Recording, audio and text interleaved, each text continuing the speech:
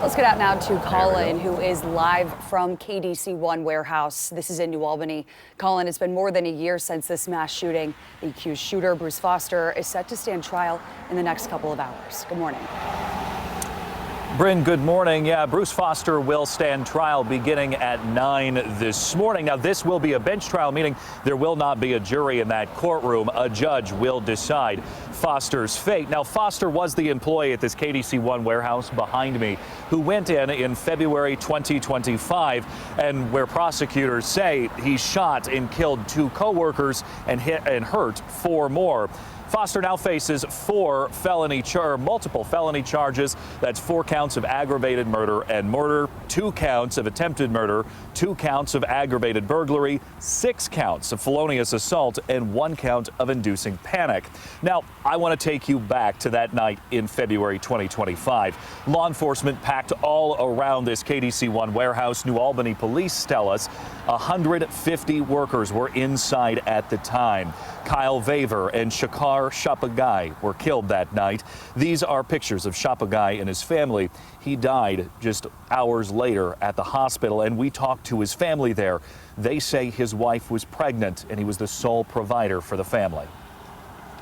Well, it's really bad. The saddest part is that his wife is giving birth to a baby in about 2 weeks now. We have friends and families who support us during this difficult time. I want to bring in 10 TV's Amy Steigerwald right now. She's live for us at the Licking County Courthouse. And Amy, there have been so many court hearings leading up to this trial today, and really for months following the shooting. For Foster to face a judge was out of the question.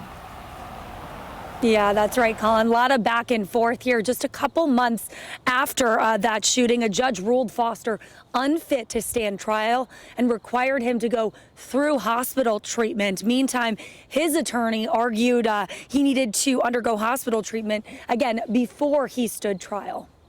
The March 2025 competency hearing, which led to Foster's hospitalization, lasted only 90 seconds. In that time, Foster's attorney argued he needed help with his mental health before he was well enough to face charges. We spoke with him last year. The competency report is the medical part of this that says at this point hospitalization is needed before we can have a meaningful procedure in the court. So at this point it's still in a medical venue instead of in a criminal one. Since then, Foster has been going through treatment in order for today's trial to proceed. Earlier this year, Foster's lawyers and the state asked for another mental health evaluation after he was deemed competent to stand trial. A few months ago, we spoke to a law professor about these terms who says this is a high bar to clear. Defendant has to show that they were incapable of appreciating that their conduct was even legally wrong, not just morally wrong. Now, if convicted, Bruce Foster faces life in prison without the possibility of parole. Of course, we'll be following this very closely, but for now, reporting live in Lincoln County, Amy Steigerwald for 10 TV News. Amy, thank you.